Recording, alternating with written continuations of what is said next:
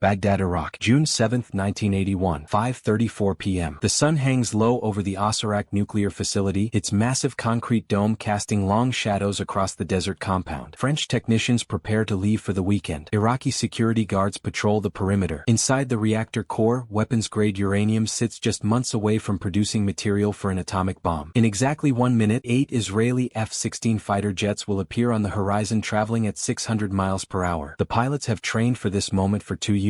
The bombs they carry were designed specifically to penetrate this reactor's defenses, and the intelligence that brought them here was gathered by Mossad operatives who risked everything to stop Saddam Hussein from acquiring nuclear weapons. This is Operation Opera, the most audacious airstrike in modern history. When Israel destroyed an enemy's nuclear program in 90 seconds of precision bombing, violating the airspace of multiple nations, risking war with the entire Arab world, and changing the course of Middle Eastern history, all based on intelligence so detailed that pilots knew exactly which window to aim for. The story begins not in 1981, but in 1976, when French President Jacques Chirac made a decision that would terrify Israeli intelligence for the next 5 years. France agreed to sell Iraq a 40-megawatt nuclear research reactor. On paper, the Osirak reactor was for peaceful purposes, generating electricity and advancing scientific research. But Israeli analysts immediately understood its true purpose. The reactor design was perfect for producing weapons-grade plutonium, and Saddam Hussein had made no secret of his ambitions. Mossad director Yitzhak Hafi received the first intelligence reports about the French-Iraqi nuclear deal in November 1976. The initial briefing documents were thin, just confirmation that negotiations were underway. But within weeks, Mossad had deployed operatives to Paris, Rome, and Baghdad to gather details. What they discovered was worse than feared. Iraq wasn't just buying a reactor. They were buying the complete infrastructure for a nuclear weapons program. The intelligence operation that followed became one of Mossad's most complex campaigns. Agents penetrated French engineering firms involved in reactor construction. They recruited sources inside the Iraqi Atomic Energy Commission. They tracked shipments of nuclear materials from France to Iraq. And they built a comprehensive picture of exactly what Saddam was building and how close he was to achieving nuclear capability. One of Mossad's most valuable sources was a French engineer working on the Osirak project whom agents had recruited during a business trip to Geneva in 1978. The engineer, motivated partly by ideology and partly by the substantial payments Mossad provided, supplied detailed technical specifications of the reactor design. He photographed blueprints during weekend shifts when the Paris office was empty. He copied procurement documents listing every component being shipped to Baghdad. And he provided the critical intelligence that the reactor would go operational in late 1981, after which bombing it would risk releasing massive radioactive contamination across Baghdad. This timeline was crucial. Israeli military planners understood they had a narrow window. They needed to destroy the reactor after it was substantially complete, proving Iraq's nuclear intentions, but before it went operational and became too dangerous to attack. That window would close in mid-1981. Mossad also conducted direct operations to sabotage the Iraqi nuclear program before the reactor was even built. In April 1979, agents broke into a warehouse in southern France where reactor components were being stored before shipment to Iraq. They planted explosives that destroyed reactor cores worth millions of dollars. French authorities called it industrial sabotage, never publicly acknowledging the Israeli connection. But sabotage could only delay the program, not stop it. Iraq simply ordered replacement components and accelerated construction schedules. By 1980, satellite imagery confirmed the reactor building was taking shape outside Baghdad. Mossad intensified intelligence collection, focusing on 3 critical questions. When would the reactor go operational? How many technicians would be present? And could it be destroyed with conventional weapons? The answer to the third question required Mossad to obtain precise technical data about the reactor's construction. Agents learned that the reactor core was protected by a massive concrete dome, 5 feet thick and reinforced with steel rebar. Standard bombs would bounce off this structure. Israel would need specialized weapons. Israeli weapons engineers went to work designing bombs specifically for penetrating the Osirak dome. The result was a modified version of the American Mark 84 bomb, fitted with delayed action fuses that would allow penetration before detonation. The bombs weighed 2,000 pounds each and were capable of punching through reinforced concrete before exploding inside the reactor structure. While engineers built the weapons, Mossad operatives gathered the intelligence that would make the strike possible. They needed to know the exact layout of the facility, the locations of anti-aircraft batteries, the patrol schedules of Iraqi security forces, and the shift patterns of foreign technicians working at the site. Every detail mattered because the margin for error was zero. One breakthrough came from an unlikely source. An Italian businessman who supplied equipment to the Iraqi nuclear program became a Mossad asset after agents threatened to expose his involvement in illegal arms deals. The Italian provided floor plans of the reactor facility, including ventilation systems and structural weak points. This intelligence allowed out Israeli targeting specialists to identify exactly where bombs needed to impact for maximum damage. By early 1981, Mossad had assembled a complete intelligence package. They knew the reactor would be fueled with enriched uranium in July. They knew French technicians were present at the site during weekdays but typically left for Baghdad hotels on weekends. They knew Iraqi air defenses around the facility consisted of anti-aircraft guns but no sophisticated missile systems. And they knew that on Sunday afternoons, the facility operated with minimal staff. This intelligence went to Israeli Prime Minister Menachem Begin in March 1981. Begin, a Holocaust survivor who had lost family members to Nazi genocide, needed no convincing about the threat of Saddam Hussein acquiring nuclear weapons. But the military and political risks were enormous. The reactor was 600 miles from Israel, across hostile Jordanian and Saudi airspace. Fighter jets would need to fly at extremely low altitude to avoid radar detection. Any mechanical failure, any navigational error, could result in pilots being captured or killed. And if the strike failed to destroy the reactor completely, Iraq might accelerate its nuclear program while Israel faced international condemnation. Begin authorized the operation in April 1981, codenaming it Opera. The Israeli Air Force began intensive preparations immediately. 8 F-16 fighters were assigned to carry the bombs. 6 F-15 fighters would provide cover and air superiority. The pilots selected were the Air Force's absolute best, veterans with combat experience and thousands of flight hours. The flight plan was extraordinarily complex. The aircraft would fly south from Israel over the Red Sea, then turn northeast across Saudi Arabia, approaching Iraq from the least defended direction. They would maintain radio silence throughout the flight. They would fly in tight formation at altitudes below 100 feet to avoid Saudi and Jordanian radar. And they would strike at exactly 5:35 p.m. Baghdad time, during the shift change when the fewest people would be at the facility. Training for the mission took 2 months. Pilots practiced low-altitude navigation over the Negev desert. They rehearsed bomb runs against replica targets built to match Mossad's intelligence on the reactor's dimensions. They studied recognition photos of the facility until they could identify it from any angle. And they memorized every detail of Iraqi air defenses along the flight path. Mossad continued intelligence operations right up to the day of the strike. On June 6, the day before the attack, a Mossad agent in Baghdad confirmed that French technicians had left the reactor facility for the weekend as expected. Only Iraqi personnel remained on site. This final confirmation gave Begin the assurance he needed that civilian casualties would be minimal. June 7, 1981, 3:55 p.m. Israeli time. 14 aircraft took off from Etzion Air Base in the Sinai Desert. They formed up over the Red Sea and turned northeast, beginning the longest bombing run in Israeli Air Force history. The pilots flew in complete silence, navigation done by dead reckoning and visual landmarks that Mossad had identified during mission planning. They crossed Saudi Arabia undetected, flying so low that Bedouin shepherds later reported seeing aircraft pass overhead at treetop level. At 5:33 p.m. Baghdad time, the formation climbed to attack altitude. Iraqi radar detected them but too late. Air raid sirens began wailing across the facility. Security guards looked up to see aircraft diving from 8,000 feet. The anti-aircraft guns opened fire, but the gunners had no time to acquire proper aim. The F-16s attacked in pairs, each releasing 2 bombs in a steep dive. The first bomb struck the reactor dome at 5:34 p.m. and 51 seconds. The delayed fuses worked perfectly. The weapons penetrated the concrete, then detonated inside the reactor structure. Successive bombs widened the destruction, collapsing the dome and destroying the reactor core completely. The entire strike lasted 90 seconds. By 5:36 p.m., all aircraft had turned west and were racing back toward Israeli airspace. The bombing was so precise that of the 16 bombs dropped, 14 hit within the target zone. The reactor was obliterated. The dome had collapsed into the reactor pit. The control room was destroyed. Millions of dollars in equipment was reduced to rubble. And most remarkably, only 10 Iraqi soldiers and 1 French engineer died in the attack. Mossad's intelligence about weekend shift patterns had been accurate. The aircraft flew back across Saudi Arabia and Jordan, still undetected. They landed at Israeli bases at 7:15 p.m., having completed a round trip of 1,200 miles without losing a single aircraft. Mission commanders immediately contacted Begin with the code phrase, "The operation was successful." Begin went on national television that evening to announce that Israel had destroyed Iraq's nuclear reactor before it could produce atomic bombs. The international reaction was swift and overwhelmingly negative. The United Nations Security Council condemned the attack. The United States, Israel's closest ally, publicly criticized the violation of Iraqi sovereignty. France threatened to cut diplomatic relations. Even Israeli opposition politicians questioned whether the strike had been necessary. But within Israeli intelligence and military circles, Operation Opera was recognized immediately as a triumph. The precision of the strike, the zero aircraft losses, and the minimal civilian casualties all demonstrated unprecedented operational capability, and the strategic impact was undeniable. Iraq's nuclear program had been set back by at least a decade, perhaps permanently. Mossad's role in the operation's success could not be publicly acknowledged at the time, but intelligence professionals worldwide understood what had happened. The strike's precision was possible only because of extraordinarily detailed intelligence. The timing that minimized casualties required human sources inside the Iraqi program. The route planning that avoided detection required comprehensive understanding of Arab air defense systems. Every element of the operation bore Mossad's fingerprints. In the years following Operation Opera, declassified documents and participant testimonies gradually revealed the full scope of Mossad's intelligence operation, the penetration of French engineering firms, the recruitment of sources inside Iraq's nuclear program, the technical intelligence that enabled weapons designers to create bombs capable of destroying the reactor, the timing intelligence that identified the precise window when the reactor could be attacked safely. The long-term vindication of the operation came 11 years later during the 1991 Gulf War. When coalition forces invaded Iraq, inspectors discovered that Saddam had been much closer to nuclear capability in 1981 than even Israeli intelligence had believed. Documents found after the war showed that Iraq had planned to divert reactor fuel to weapons production by late 1981. If Israel had not struck when it did, Saddam Hussein might have possessed nuclear weapons during his 1990 invasion of Kuwait. That realization changed international perception of Operation Opera. The strike that had been condemned in 1981 was quietly acknowledged by 1991 to have prevented a catastrophic scenario. American military commanders privately thanked Israeli officials for eliminating Iraq's nuclear capability before coalition forces had to face it, and intelligence agencies that had criticized the operation began studying it as a model of preventive action based on precise intelligence. The operation also established precedents that Israel would follow in subsequent decades. In 2007, Israeli aircraft destroyed a suspected Syrian nuclear facility in Operation Orchard, using similar tactics and intelligence methods. The strike occurred with no advance warning, no international consultation, and no public acknowledgement until years later. The parallels to Opera were obvious. For Mossad, Operation Opera became a defining success story. It demonstrated that patient intelligence work, meticulous planning, and willingness to take calculated risks could achieve strategic objectives that seemed impossible. The operation proved that intelligence services could shape history through actions that remain invisible to the public for decades. The operatives who gathered the intelligence for Opera never received public recognition. The agents who recruited sources inside the Iraqi program, who photographed reactor blueprints, who tracked uranium shipments, who confirmed technician schedules, remained anonymous. But within Mossad they were legends. They had provided the intelligence that made 90 seconds of bombing more effective than years of diplomatic pressure. Today, the ruins of the Osirak reactor still sit outside Baghdad, a concrete memorial to the power of intelligence and precision military action. The dome was never rebuilt. The reactor pit remains empty. And every intelligence officer who visits Iraq makes a point of viewing the site, understanding that what happened there in 1981 changed the course of Middle Eastern history. What Operation Opera revealed about modern intelligence work is that the greatest operations are those where intelligence and action combine perfectly. The bombing was spectacular, but it succeeded only because of intelligence that was comprehensive, accurate, and timely. Mossad had answered every question the pilots needed answered. Where exactly is the target? When is it vulnerable? How is it constructed? Who will be there? How can we reach it undetected? The operation also demonstrated intelligence work's strategic value. Diplomacy had failed to stop Iraq's nuclear program. Economic sanctions had been ineffective. International pressure had been ignored. But intelligence-driven military action achieved in 90 seconds what years of negotiation could not accomplish. If this investigation into intelligence triumph inspired you, hit that subscribe button and notification bell. Drop a like if you appreciate deep research into operations that changed history. And here's a question for the comments. Should nations have the right to conduct preventive strikes against nuclear programs, or does that violate international law regardless of the threat? Share your perspective. See you in the next investigation.